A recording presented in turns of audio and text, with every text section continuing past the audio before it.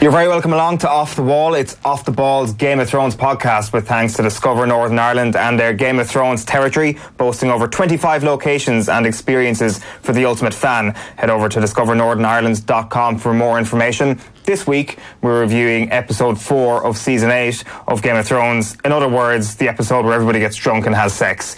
Sue Murphy and Tommy Rooney are in studio. Andy Lee's on holidays. We will do a special before the next episode with him. How are you guys? Hello, Owen. All right. Sue, how are you? Let's start with this. Let's start with this. Loaded, I'm all right, from Sue. Loaded. I sound really disappointed, don't I, Yep. compared to last week? I was so worked up about last week and how amazing episode 3 was, and I was shouting at people on Twitter and telling everyone else they had no opinions. Yeah, you were fighting with people all week. I really was, all week. That's what we like to see. But yeah, I'm right. But then it was such a letdown. I felt like it was a real letdown this week. I really felt like this was a filler episode. Now, the one thing I will say about this is I wonder if in a few hours I get to a point where I'm like, oh, you know what, it was actually quite good. Now, do you ever find when we talk through the entire episode, you get to a point where you're like... You feel a bit better after it? Yeah. I thought that about last week as well. Yeah. Oh, you liked last week now? No, I did like it initially, but I felt a lot better about it afterwards. It's such a... It's like therapy. It's amazing how last week, and we will get into last week at the end here, has just like hardened people in the trenches. You're either somebody who liked it or thought it was only okay, and then suddenly you're somebody who loved it or hated it, and it's kind of divided people further. As I say, we'll come back to that in a little while because you've got some things to say. But just sticking with last night, Tommy, what did you think? I need to be convinced, I have to say, that this was as brilliant as you think it was, Owen, because I know you did think it was good. Because, well, I think my initial problem was that I watched it at 6:30 this morning, and I conked afterwards for about 5 hours. So, at the time I was a bit like, I don't know how I wasn't really inspired. I didn't feel any joy. I didn't really feel any sadness. I didn't really, it was a bit of meh after that episode, to be honest. I'm not sure yet. Well, then it's pretty clear that you don't think it was as good as last week, because I think everybody had an emotional reaction to last week, or at the very least, had their heart thumping for a lot of it. I thought it was interesting. I don't know whether it was maybe the ending of the episode. I thought there was definitely parts in the episode that I was, okay, this is good. And at the end of the episode, it was just like, I need another 10 minutes or maybe... 1 or 2. The one thing I will say is I was talking to Mick, my husband, about it on the way up the stairs afterwards, and I was like, do you not think, like...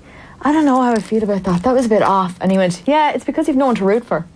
And I went, that's interesting. That's it. That's exactly what it is. Because I got to the end of the episode and I was like, I couldn't care less about Dany or Cersei at this stage. Like, that's a good shout. They're both finished, don't care. It's a very good shout. And we'll get into Daenerys in just a moment. I think people who are in the Daenerys camp will have had their confidence chipped away a good bit over the course of that hour and a half. Yeah. For me, it was my favourite episode of the season so far. I'm not for 1 second suggesting it was the best, because you can't come up against the Battle of Winterfell and say that was better television than the Battle of Winterfell, but it was my favourite.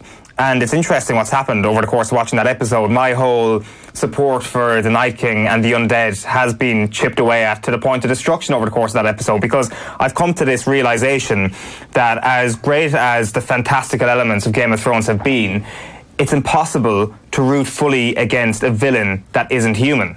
Because we're humans watching this, and in any great villain, we see some sort of human element that's in them, and that's what kind of skews it for us. That's what makes us root against them. That's what makes us hate these people.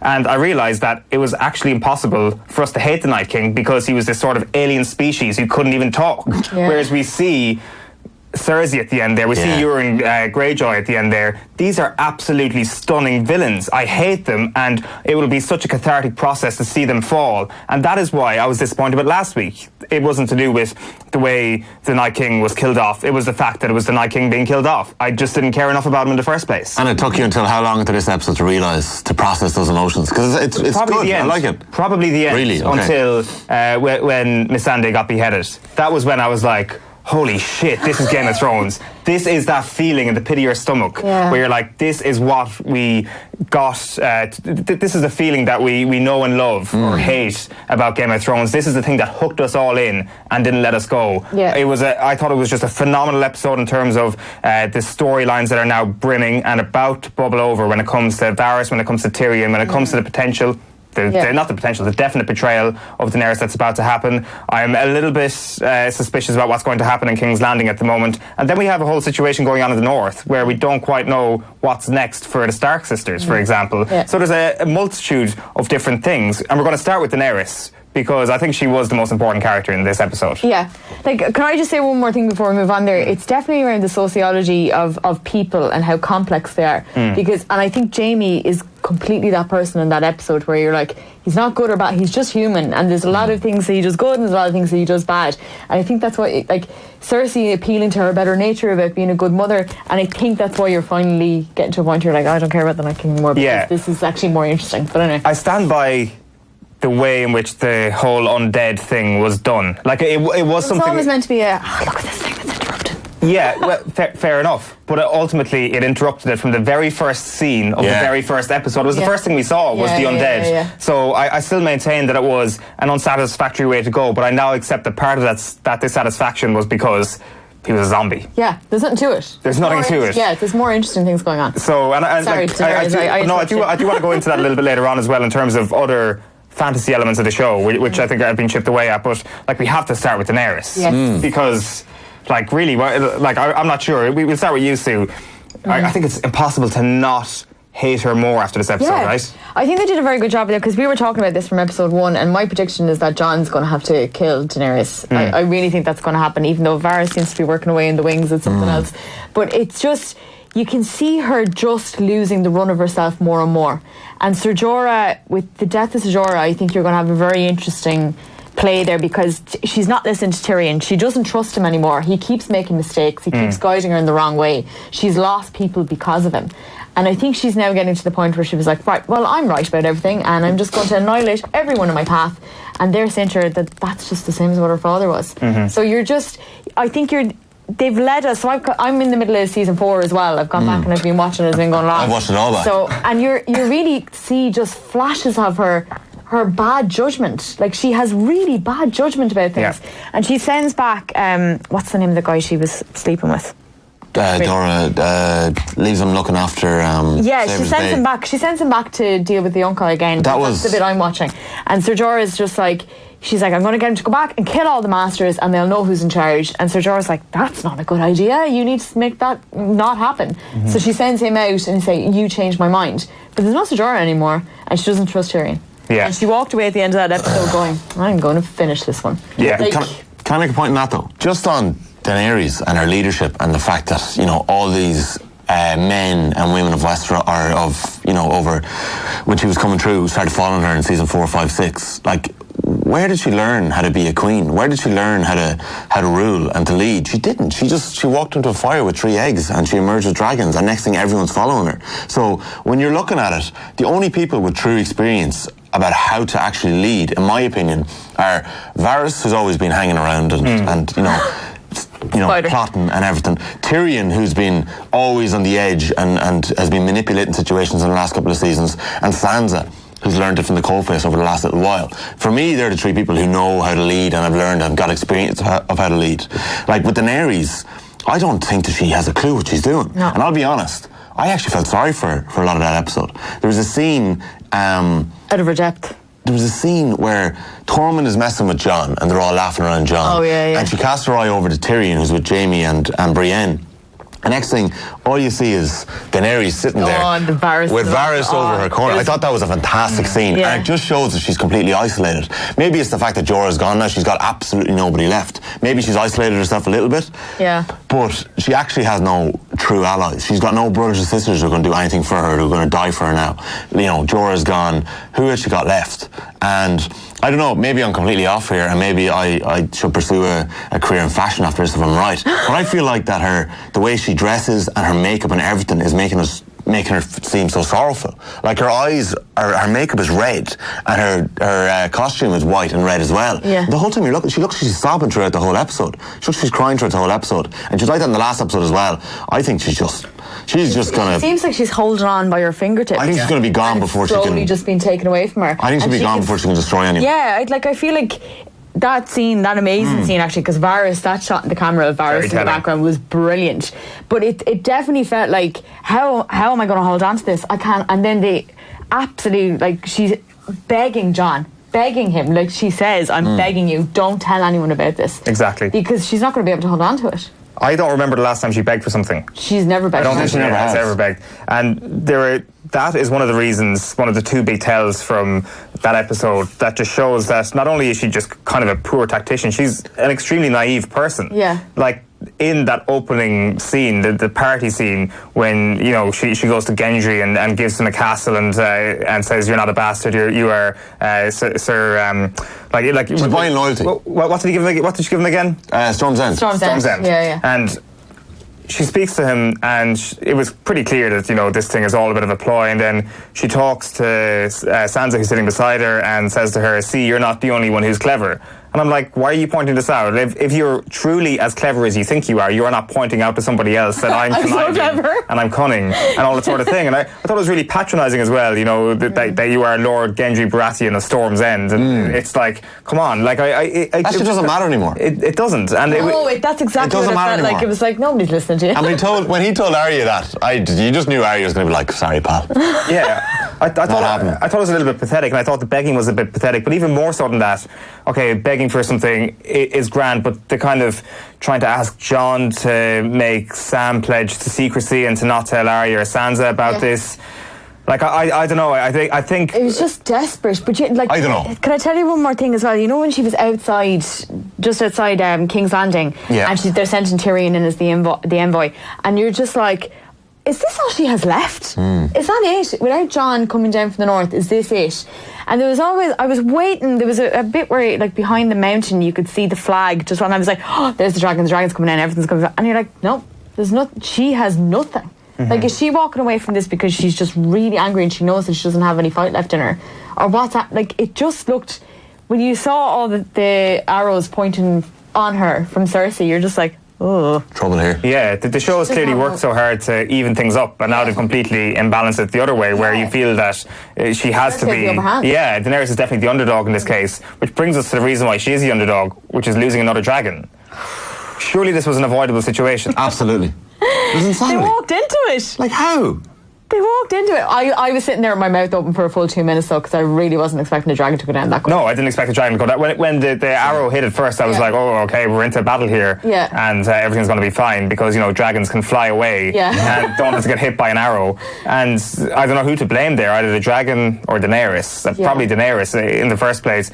Like, I just don't understand how they got into that situation. Jon Snow's fault, because he decided not to ride Rhaegar. Is it? Yeah, remember Jon said earlier on, he goes, I'm not gonna hop on him, he needs to recover, I'll only weigh him down. And Tormund was like, sure, you'd only weigh 2 little fleas. Yeah, but when if Jon had rode him, he would have been able to get him away. When he was flying off, didn't he look like he was actually, like, falling a little bit? And I think that's the whole thing about Sansa as well. Why didn't she listen to Sansa? Sansa was right there. They're just over a massive battle where they've burned most of the people they know, and she just wants to go right south. That's what I mean. Sansa knows what she's doing. Cersei knows what she's doing. Varys and Tyrion know what they're doing. Like, Daenerys and Jon haven't a clue. They don't know what to do. Jon's able to say, I don't have a clue. Yeah, true. Has Jon lost something since the Night King is dead? Because this has been the whole obsession with his entire life, was the threat from the north of the wall. Like, he seems really mellow, doesn't he? He hasn't really, I don't know, he's kind of like somebody who's studied for, 625 points in their leaving cert and doesn't know what to do next. It's like, right, is this the peak? Except there is a more important thing that's coming next, and it just seems that Jon, I don't know, is he out of ideas? Does he just not care that much? He's lost his mojo. He just cares too much about Daenerys now, or so he keeps telling himself. I keep thinking he's the most likely to end up in the Iron Throne now. And I think it's because, like, if you look at the character arc in any story, there's always the anti-hero, the person that doesn't want to rule but probably should, has the best judgment of everything that's going on. And I think that's Jon. I think they've led us to that point where we're like, well, Jon seems to be the only sane person in this. And we know that Varys and Tyrion want to put him. But is our thinking at the end of this that she's still going to break the wheel? Well, maybe not Daenerys is, but maybe Tyrion and Varys are. And they're going to decide, this Iron Throne thing is not worth it. Yeah. Jon's going to sit in the north. They'll rule as a kind of a group of people, like a council. Maybe that's the better option. I think the problem with predicting that Jon is going to sit in the Iron Throne is that it looks like it's being set up that way. And we all thought that Jon was going to meet the Night King. That's what we were built up for. I think that's why a lot of people felt let down by perhaps Arya killing the Night King. It was that we've been listening to this prophecy and the fact that Jon is going to be battling the Night King. And even in that episode, he's, making his way through it and he can't get by the dragon. And they hinted it to us though. So when one of the witches turns up in Marine, and Tyrion sends for her because he's trying to just calm down the people because nobody wants to get behind Daenerys anymore, and Daenerys is off with the Dothraki again.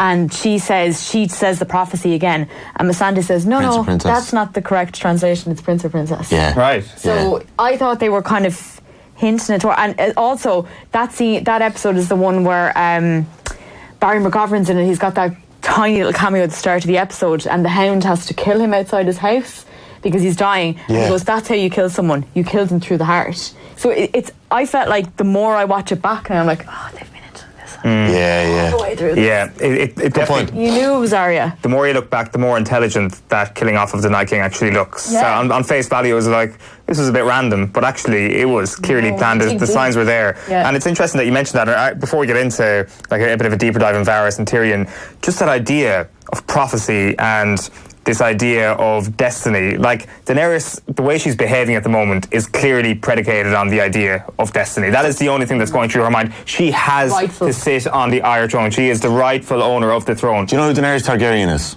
Every Liverpool fan in the world. Exactly. I was waiting for the Joe Schmidt mention of the day. So she's been completely blinded by this idea of destiny, and ultimately it is a thing that is enforcing people to behave in certain ways. It is the idea of destiny, or more powerfully, the idea of prophecy. This is Liverpool. Yeah, It is. I'm telling you. 97 points and they can't win the league. Like you look at her opposite number in Cersei Lannister and the way she's behaving because everything is lost. Because the prophecy dictates that she's going to be killed by one of her younger brothers or whatever it may be, and that's taken the shackles off her. Whereas it's put the shackles on Daenerys in a very ironic way. And now she's, she used to be the mother of dragons. Now she is the mother of dragons singular, which I hope they actually start to rectify and start to call her as such. But like this idea that.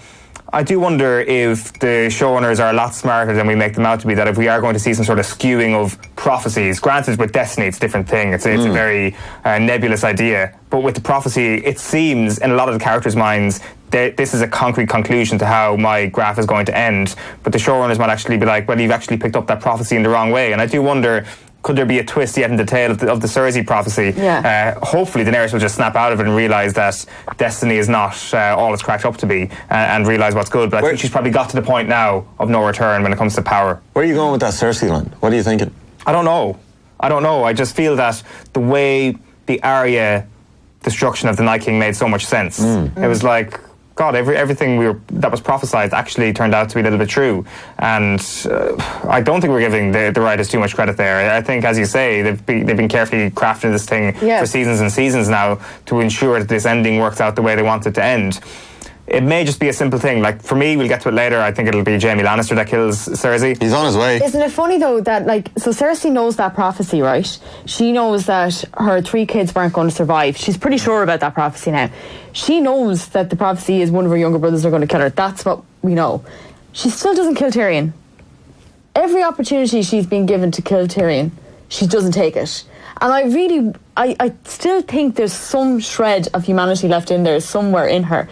Because every time they lead you to that point and you're like, she's going to do it this time. She's definitely going to do it this time. Or is that resignation to the prophecy? Maybe she's thinking, this is the man who's going to kill me. Yeah, he must live. Maybe. Yeah, I just found it really interesting. I really thought, I was like, oh, this is the end of Tyrion. Like, they've led us to this point. There was a flicker of that. Yeah. I thought it was going to happen. Part of me was like, what's going on here? There's tears in her eyes. Is Cersei going to kill him, or is she going to let us all go? Yeah, she's never been able to do it. But let's talk Tyrion now, and let's talk Varys, the little mini council that's set up. Varys is obviously going to betray Daenerys at this point, a decision I fully support, and this is the moment. this is the moment when I love the way he's jumped on a new bandwagon almost immediately. Doesn't take him long, does it? I've started Hot take, own team. Season 8, Episode 4 of Game of Thrones is when myself and Varys became kindred spirits. It's a time when I started to trust Varys, because... Trust? That's a very strong word for Varys. You can't trust Varys. Varys has laid his cards on the table. This whole, what I used to think was nonsense of him being a protector of the realm, and the only thing that matters to him is What is the realm? What is the realm? Well, as he explained to Tyrion in the last episode, it is the millions of people who will suffer at the hands of a bad king or queen.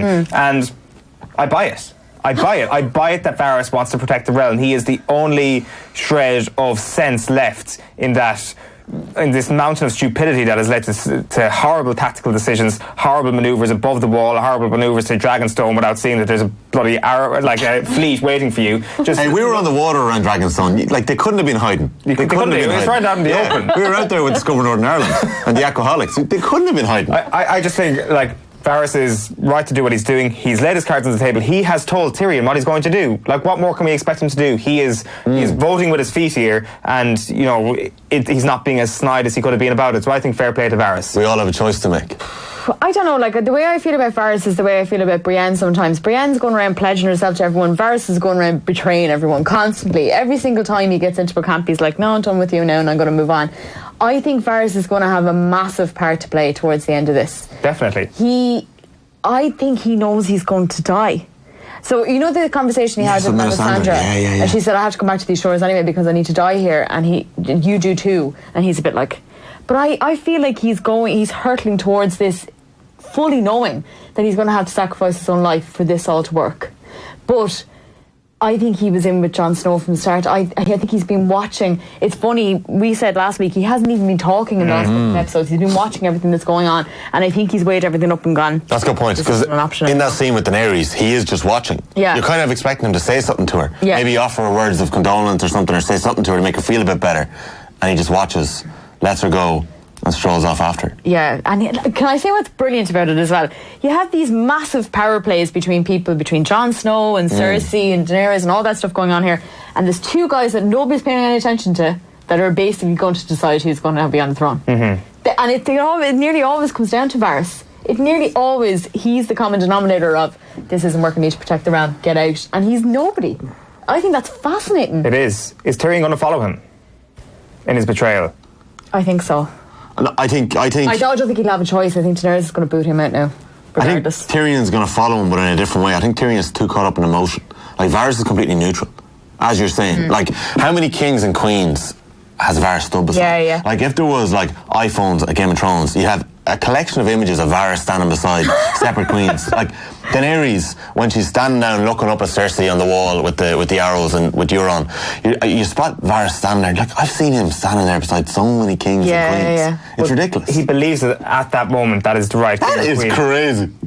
Well, isn't it though? Yeah, that at that moment he believes it. It is crazy that he's how he can embed himself into so many people. But how he can embed himself into so many camps? It's genius, but I don't know how he's getting away with it. Like, I don't know. What is the other ploy then? Is it to be with the winner? Is it to be with the most powerful? Like, I just don't see. This is prior to Cersei losing her second dragon, or prior to Varys finding out about it at the very least. Yeah. Like, it is still the power play to be on Daenerys' side. The thing I always think about it with Varys as well is, even though he says all these things about, you know, he wants the greater good and he wants everything to work out for the realm, you have to remember that he found the man that made him the man that he is now and put him in a box and tortured him.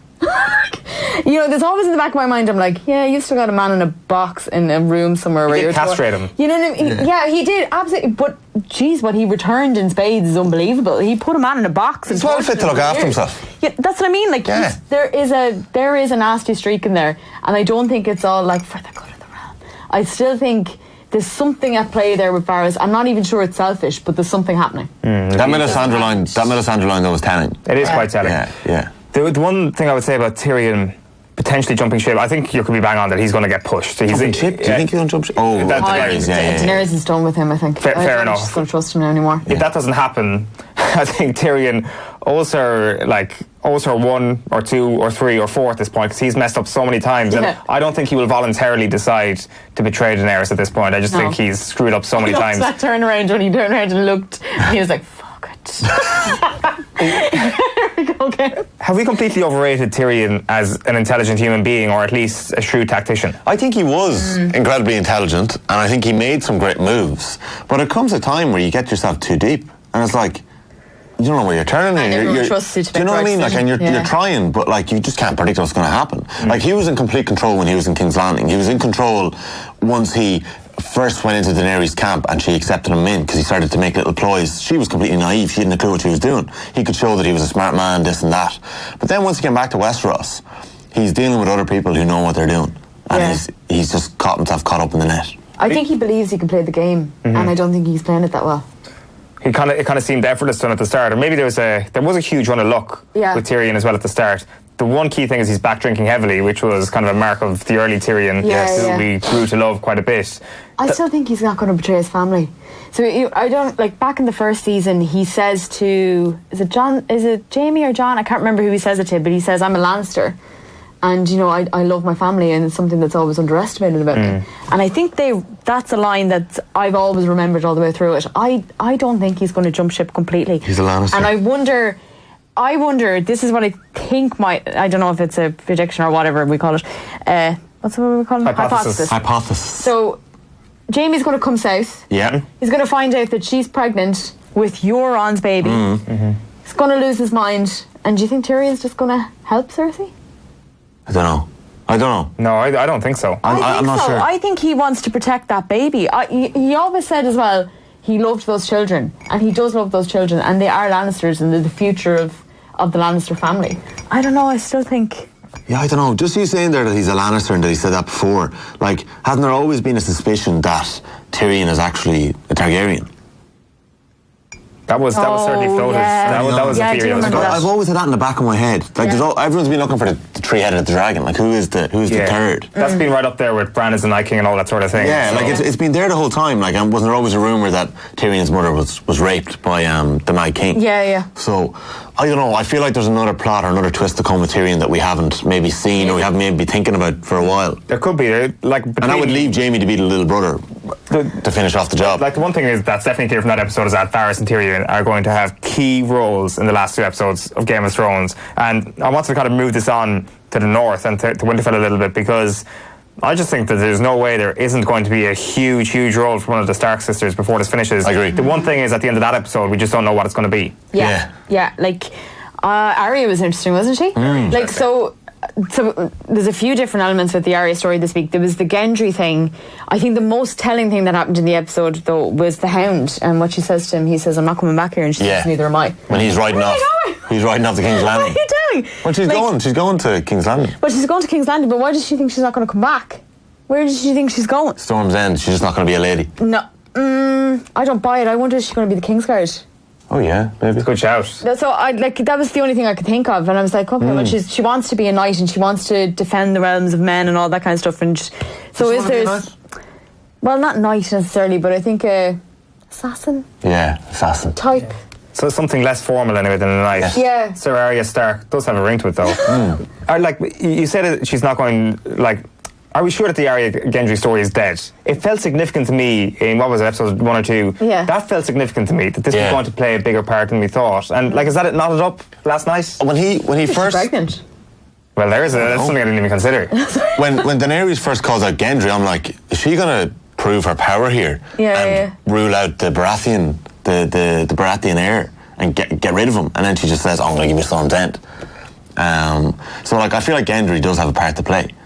I don't know whether it's going to be with Arya. I don't know if it's funny because when that scene was taking place, myself and Mick were sitting there, and the two of us at the same time said, "That's not me," and then she went, "That's not me." And I think they've always led us to the point where we never, like, she said it to Ned when she was sitting on the stairs with him, and he was talking about how she was going to be a lady, and that's not me, and she ran off. Yeah, and she's always stuck with that. But I do wonder, does she love Gendry? And if she does, will she just give everything up for him? And that's why she's not coming back. But why was she so sure about not coming back? Yeah. She knows something else is going to happen here, or she's going to sacrifice herself. Then we look at, like, I think that's so true. I think that maybe she's almost afraid of the feeling she has for Gendry, because ultimately it's been an emotionless way she's behaved since going to Bravos, and she's been exceptional. Yeah. Exactly. Sansa, though, like there was like the pulling out of all skeletons in the closet during the episode, like something that we knew what had hardened Sansa Stark. It was quite obvious, but now we know that she realises what's hardened her. We realise that Sansa knows that all these absolutely horrendous things that have happened to her down through the seasons in Game of Thrones have made her this somewhat cold queen and potentially Mad Queen 3.0, because who is the biggest potential here to become the Mad Queen? Is it Cersei? Is it Daenerys? Is it Sansa Stark? I think we've got a triangle here of who could actually have the capacity to be the most evil. There's so many shades of Cersei off Sansa in this episode, isn't there? Yeah. Yeah, the outfit. The hair, the way she walks. Yeah, like the anger. I think the difference with Sansa is I think she genuinely does care about people, and I think she's taken her experience and rather than turning it into something that she wants to use for power and use it for evil, she wants to actually say, I don't want this to happen to other people, and I want people to be... Like, you can see the way she's defending, making sure that everyone has enough food when they go to Winterfell, defending the soldiers and making sure they don't go out and go into a war again, protecting the North. I think she genuinely has the interests of people above everyone else, and she's taken the Lady of Winterfell thing very seriously. And I don't think she's Daenerys, because Daenerys is just ruthless and wants to burn everyone in the Red Keep. I don't think Sansa would do that.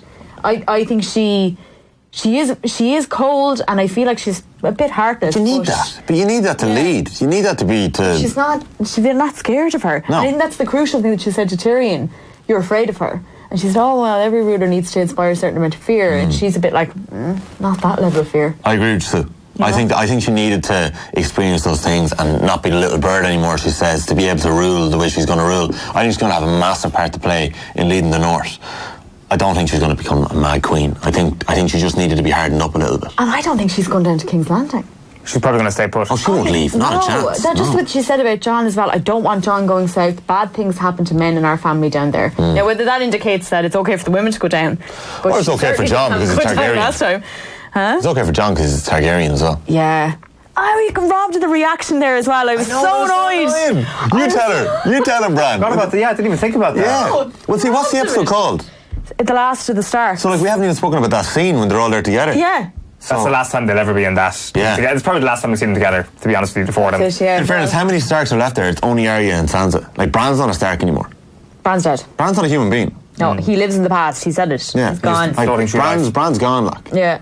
And what about Jon saying good luck to Ghost? He doesn't say good luck to Ghost. We've got to say, we were going to do this at the top, actually, as one of the most emotional moments. Like with Sam saying to Jon, "You're one of my best friends," followed swiftly by Jon walking past Ghost. Why didn't he go over to Ghost and give him... I fucking watched A Dog's Journey yesterday and...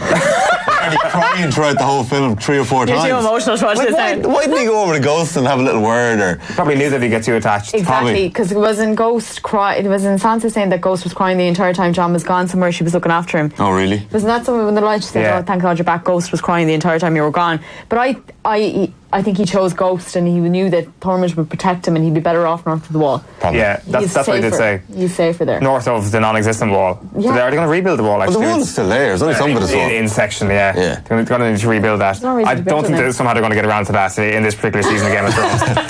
One other thing we want to finish up on before we get into next week's predictions is just King's Landing, because we just had a little bit more of a deep dive in this. So I think we've already said, I think we're all leaning towards the fact that Cersei now has the upper hand, but to what extent? So to me, when there was 3 dragons alive, it was like 80-20 at the start of the season before the Battle of Winterfell, 70-30 in favour of the Northern armies. After the Battle of Winterfell plus another dragon down, I'm thinking Cersei's leading 65-35. I think that's how overwhelming her majority of an advantage is. Yeah. I don't know. Who do you think is going to... I just don't know where they're bringing the Cersei story. I really don't know. There's so many possibilities for where they're bringing that. And we know that King's Landing is almost impossible to take down. We've seen that they've told us so many times. And now she's the Golden Company, and she knows how to kill the dragon. And she's opened the gates. What the hell is happening? Haven't all the little folk come into the Red Keep as well? Little folk. Yeah. Free folk. Little folk. Same thing. They're free and little. Whenever I see a scene with Euron and Cersei, I'm sure everybody feels this. It's like, as much as you hate Euron, you're saying to yourself, what are you doing trusting this woman? But I wonder if... Euron's a bit like the Joker, I think. But I wonder if they've completely skewed it to the fact that it's like Cersei should just not be trusting this man. That Euron could be the man who kills her in the end. But she knows that and he knows that. They're both in a relationship, but they know the other one can kill each other. Of them.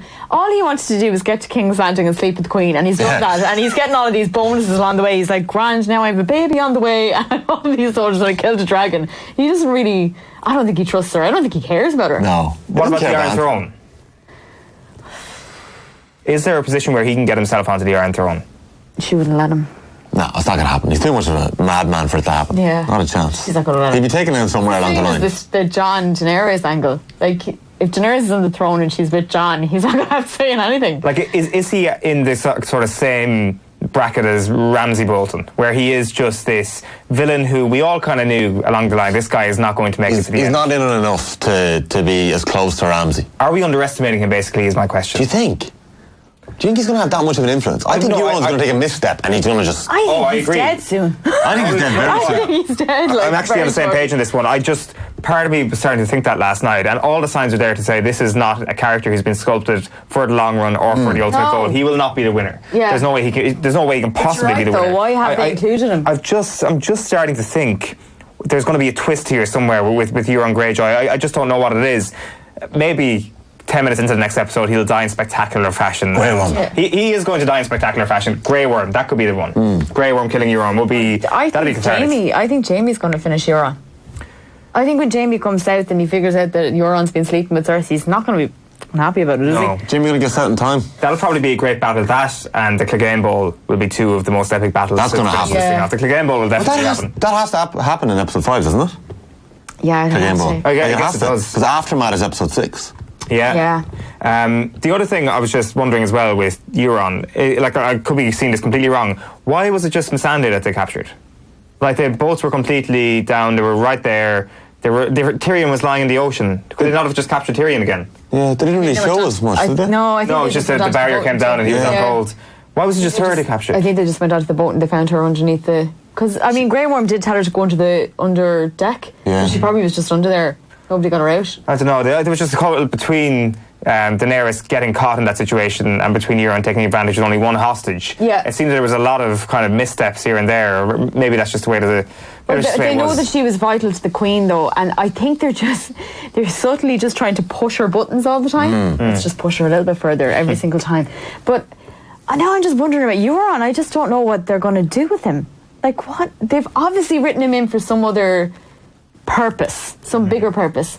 They couldn't be just killing him off. Euron's going to walk himself into a situation where he's going to be about to kill somebody really important and he's going to get stabbed in the back. Yeah, that's going to be it, in my opinion. There will be a backstabbing around Euron without question, whether or not he's doing it or it's being done into him, and it could happen a couple of times. Or maybe it was just to influence Theon's storyline. Yeah, that could be it as well.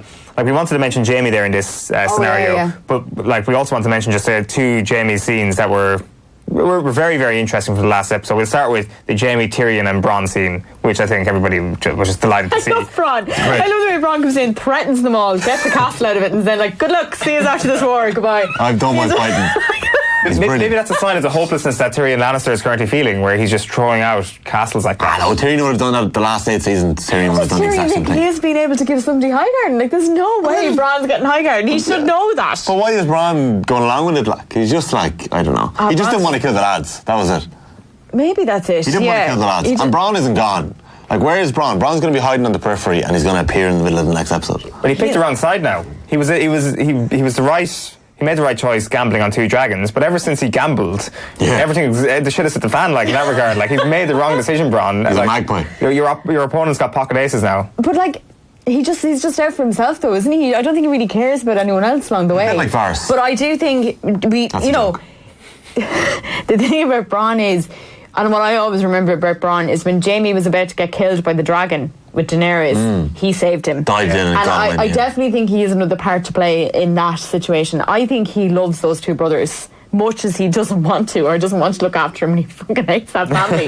But I think he really genuinely cares about them, and I think they really like him. So I think he's going to come back into it in dramatic fashion. I loved when he said to Tyrion, I've been breaking noses since that was your height. That was a fantastic line. That was my favourite scene. That was brilliant. The other thing we have to touch on here is Jaime and Brienne. Oh, What did you make of that?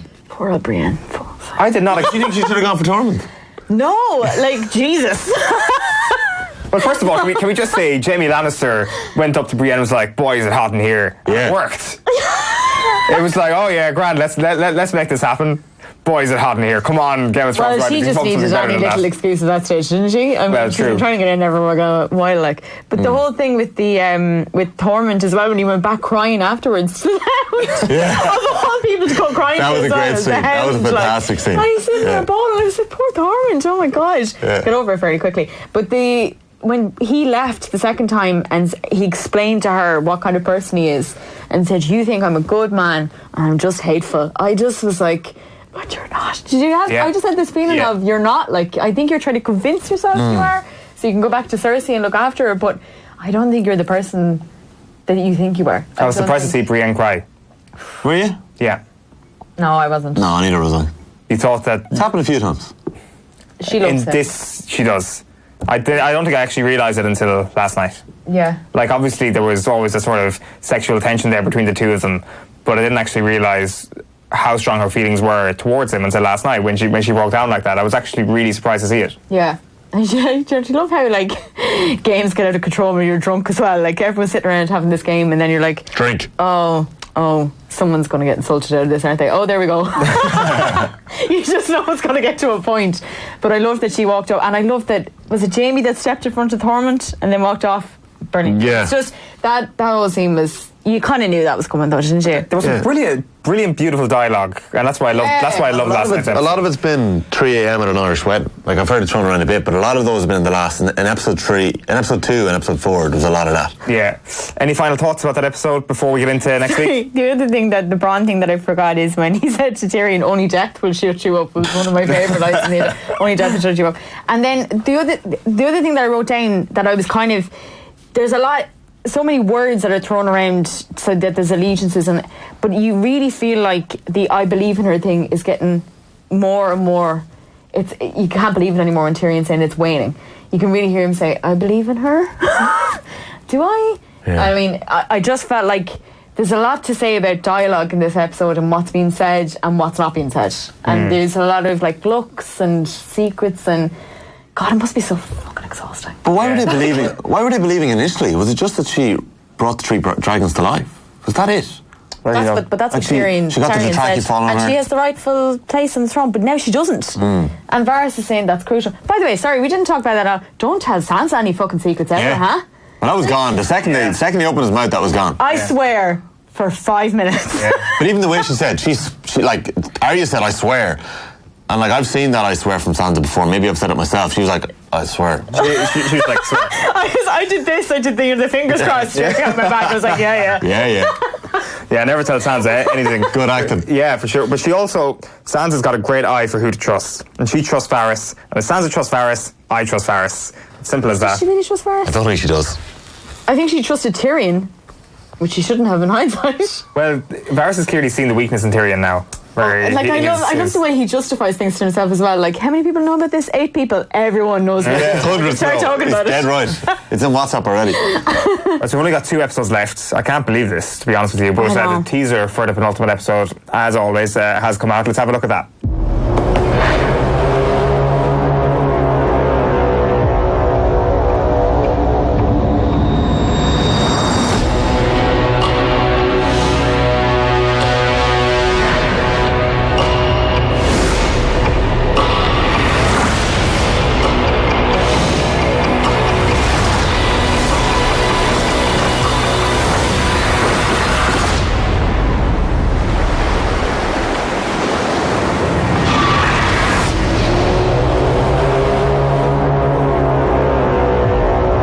Oh, sorry. We're back on. We were good to go, but now we have to start again now.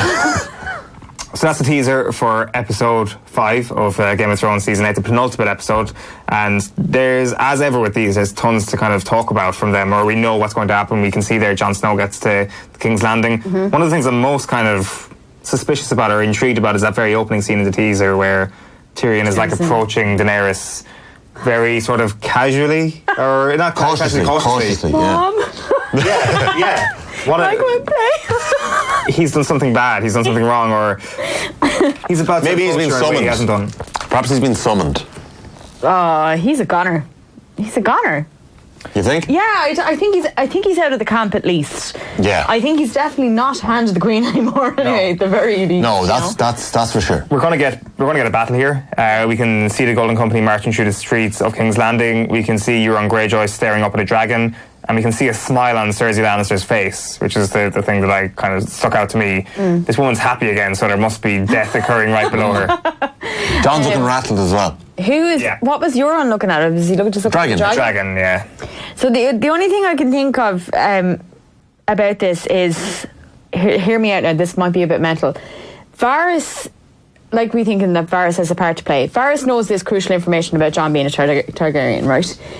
The Golden Company have never broken a contract. They've told us about 655 times over the episodes. The Golden Company don't break contracts as soon as there's a contract with them.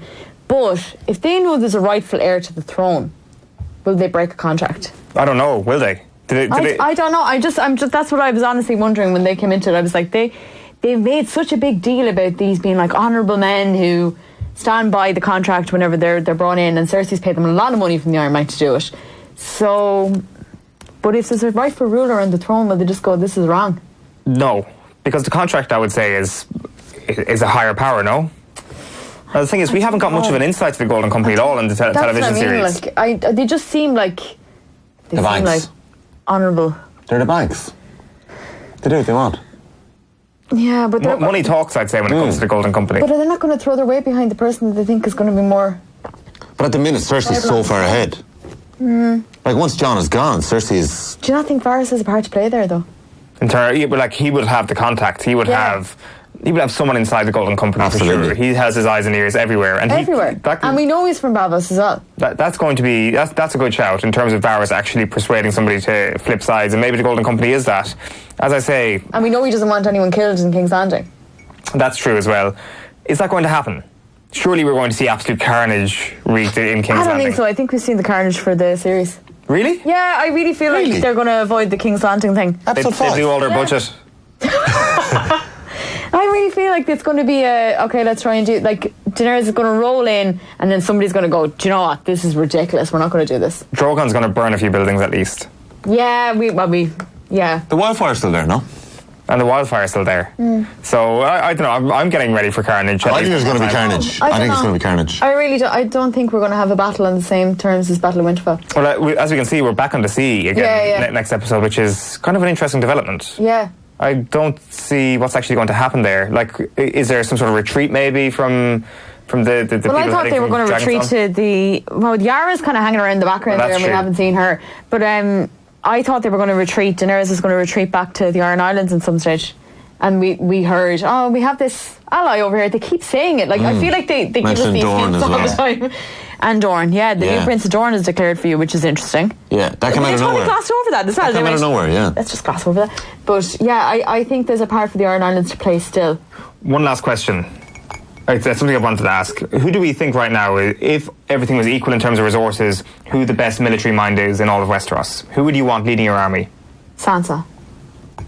Best positioned at the minute is Cersei, but I think the person who could rule or could lead the best is Sansa the best military mind? No, maybe not best military mind. Getting the Knights of the Vale to come in the Battle of the Bastards and doing that whole play and understanding where everyone was and what Ramsay was going to do. Like, I love when she, like, not coldly, but when they were talking about Rickon, she was like, Rickon's dead. Just forget about that. There's no point even worrying about that. She has a very good understanding of how everyone in this operation is operating. Yeah, she knew how Ramsay worked. She knows how Cersei's going to work. I think she's...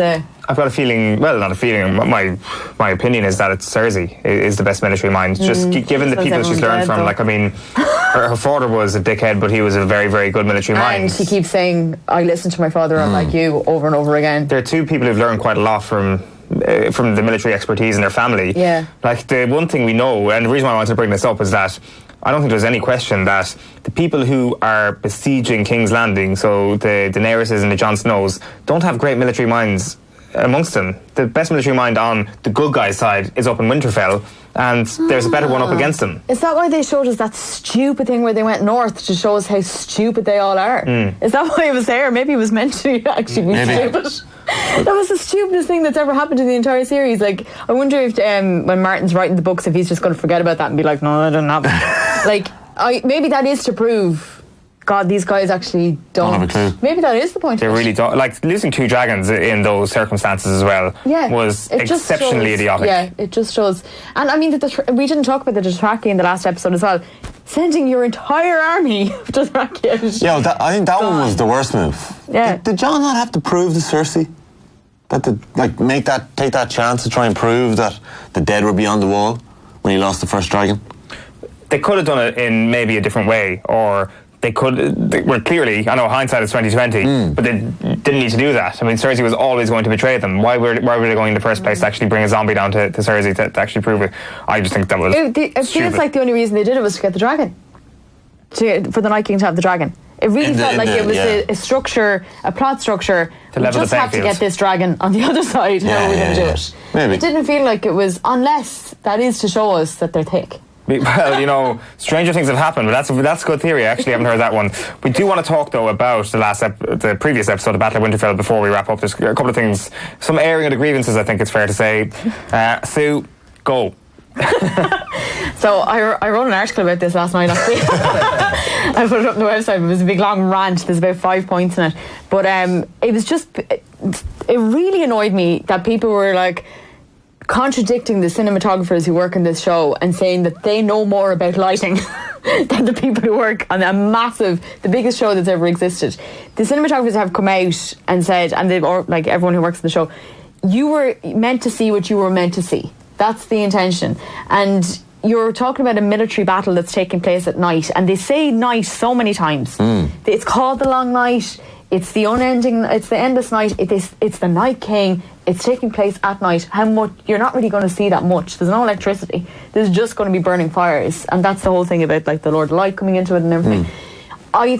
I think they constructed that in exactly the way it was supposed to be. Now I know there was people talking about compression and that settings weren't putting TVs right and all that kind of stuff, but the only time I really felt like I was like, I can't see it, was when Jon and Dany were in the air and you couldn't really see what was going on below. And that was intentional. You're meant to not be able to see what's going on below because they can't see. Yeah, they're in the middle of a snowstorm. So I just think, fine if your opinion is, do you know what, I couldn't see it and I didn't really like it that much, grand. But to say that they're Egypts and they don't know what they're doing is a step too far in my book. Like, these guys have been working on this particular series for 2 years. They know what they're doing. Yeah, it was a very strange situation, though, where a cinematographer has to come out and actually defend their piece of work. Oh my God, like, that poor man's not coming out in public for about a year. Like, no.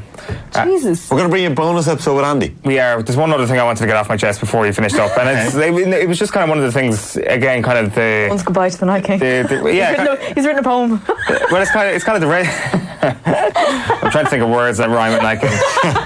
It is kind of residue from last week, and like it kind of is to do with it. It just kind of got me thinking after the Night King, and I guess this is why I was disappointed to see the Night King go, because I think it's symptomatic of what's happened over the last couple of episodes, where bit by bit by bit the showrunners have chipped away at the whole fantasy element of Game of Thrones. It is now one army against the other. We're down to one dragon, and that is the last bit of magic we have in the show. There are no zombies anymore. The undead are finished. No Melisandre. The reason why I brought this up today, exactly, and the reason why I brought this up today was Stannis on the Lord of Light last night said, we play his game for him, we fight his war and win, and then he fucks off. Yeah. And it was just kind of like, that's exactly how a large chunk of the audience feels. That, Melisandre is just there, and then she dies, and in kind of an unsatisfactory way from Stannis, from Davos's point of view. And I don't know. I don't know. Is that the way we feel about the Lord of Light suddenly becoming irrelevant? Like, is the Lord of Light going to play any other part? I thought this was going to be one of the overarching themes that would decide this whole thing. I thought the undead would be one of the overarching things that would decide this whole thing. And I really thought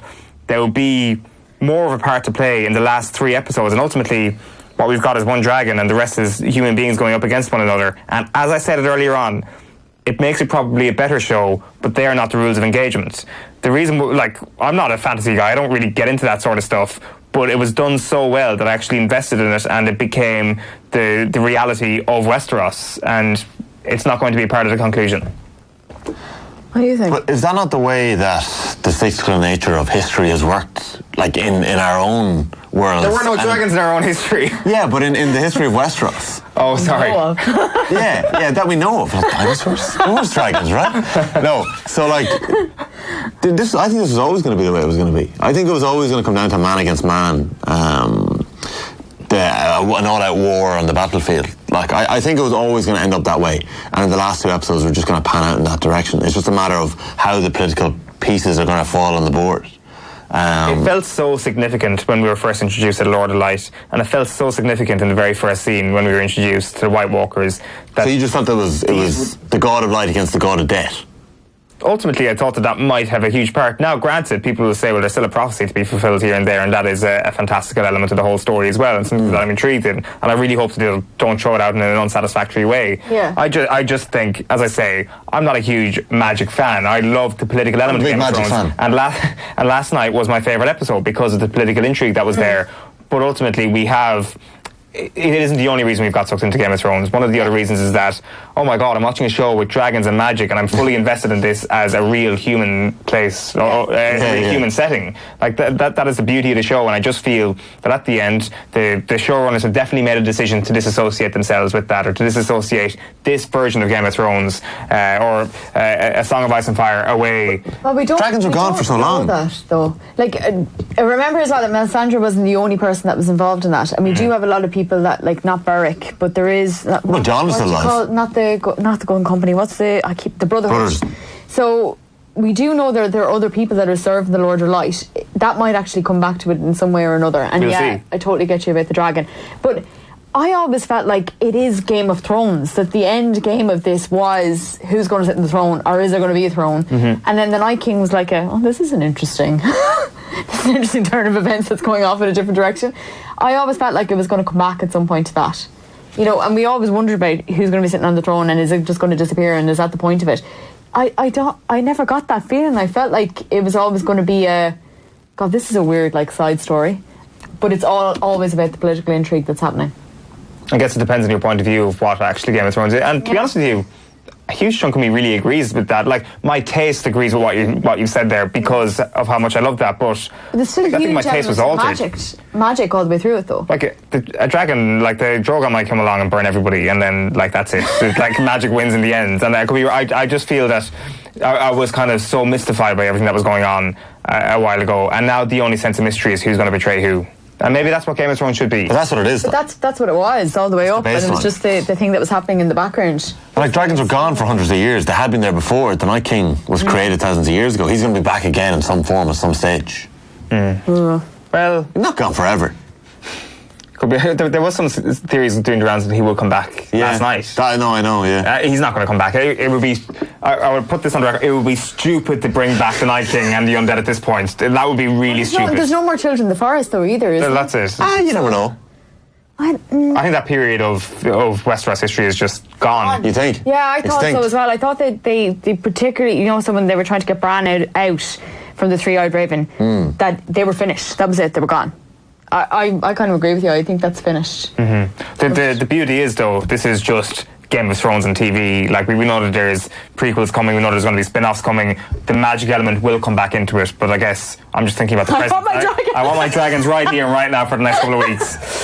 Sue and Tommy, thanks a million. We'll try and record a special podcast with Andy on Friday, because I'd imagine he's got quite a bit to say after the political intrigue of yesterday. You have been watching Off the Wall, brought to you with thanks to Discover Northern Ireland and their Game of Thrones territory, boasting over 25 locations and experiences for the ultimate fan. Head over to discovernorthernireland.com. We'll chat to you next week. Bye bye for now.